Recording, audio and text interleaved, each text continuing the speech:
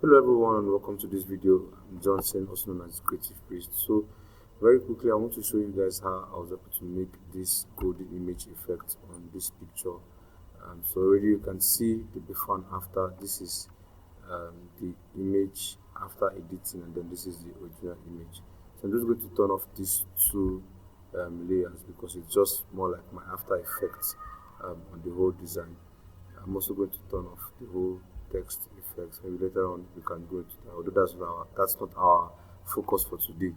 So let's get right into it. I'm also going to turn off the whole background so we can focus on the images. Okay, so I have a little fade on the pictures here. So I'm just going to disable that layer mask so you can see the two images clearly here.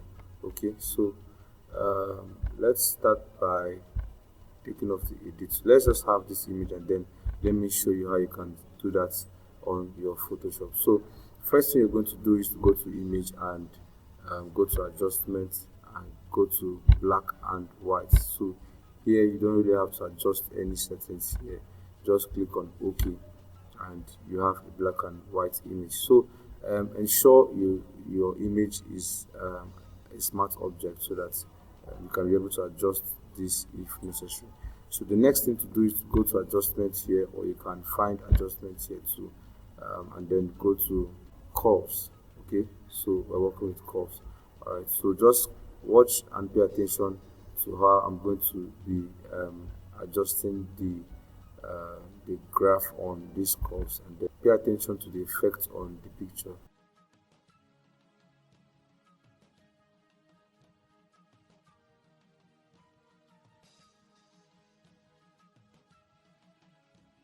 Next step is to go to adjustment and then go to color lookup. I already have a color lookup here, so I'm just going to edit this, or let me delete this layer and then set up a new one. So color lookup, and this is what the whole color lookup panel looks like.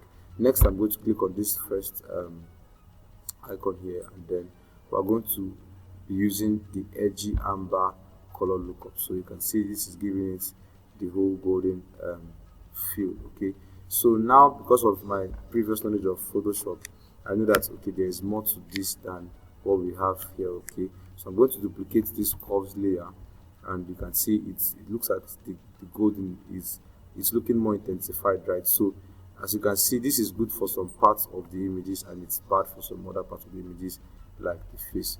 It makes the face look unrecognizable compared to this. Okay, so what I'm going to do is I'm going to select this layer mask thumbnail, and then I'm going to hit Ctrl I to invert. I'm going to use my brush tool. You can to just paint over the parts where I actually want to show this more intensified part of the golden. So just basically this area.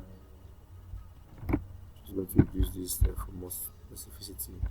Okay, so you can see it's looking a little bit much more better now. Then of course I can also reduce this so that it doesn't look too intense. Let's look at the before and after. Okay, this is actually looking very nice. Let's chop it down a little bit more so it doesn't look too artificial. Okay, then I can start to duplicate this again, and this time I'm going to change the blending mode. Okay, so maybe something that would suit better. If there is not, then you can always leave it the way it is. Like I said, everything, it all depends on the kind of image that you're working with. Okay, so let's see if without the color lookup it looks more like a silver colored this thing, but with the color lookup it looks more like golden. So let's see if we adjust this, if it makes any difference. Of course it's going to be changing it a whole lot because this is the main color lookup. So what we can do is to duplicate the color lookup with Ctrl J, and then we can decide to start adjusting a little bit.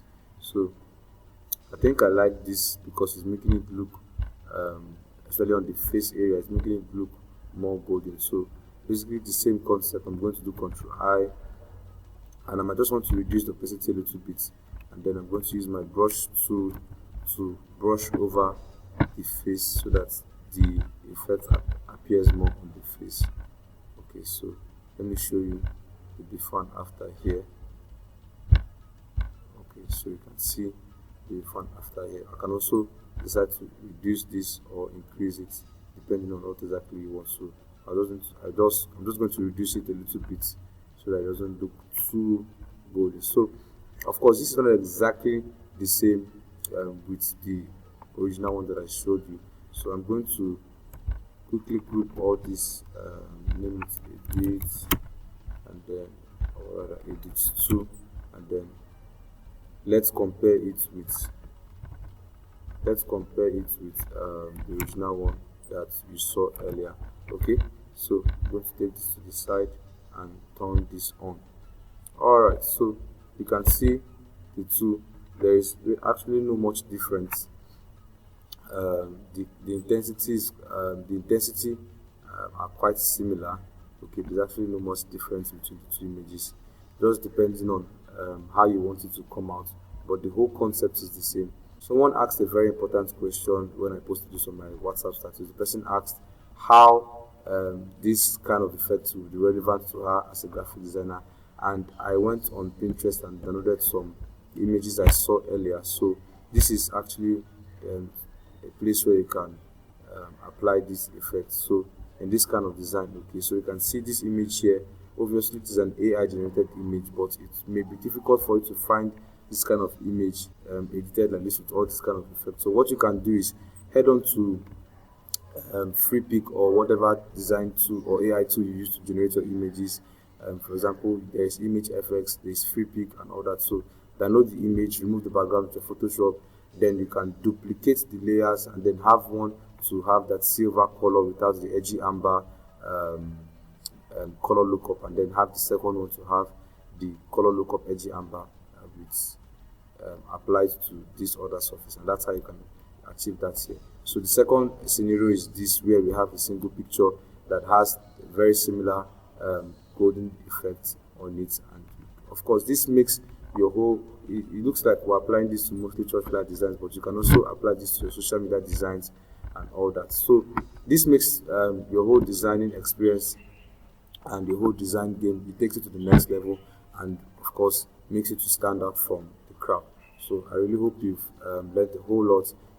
Kindly like this video, and if you have any questions you can feel free to ask in the comment section, and do make sure you're subscribed to this channel so that I can get more updates on videos and tips like this. See you in the next video. Bye.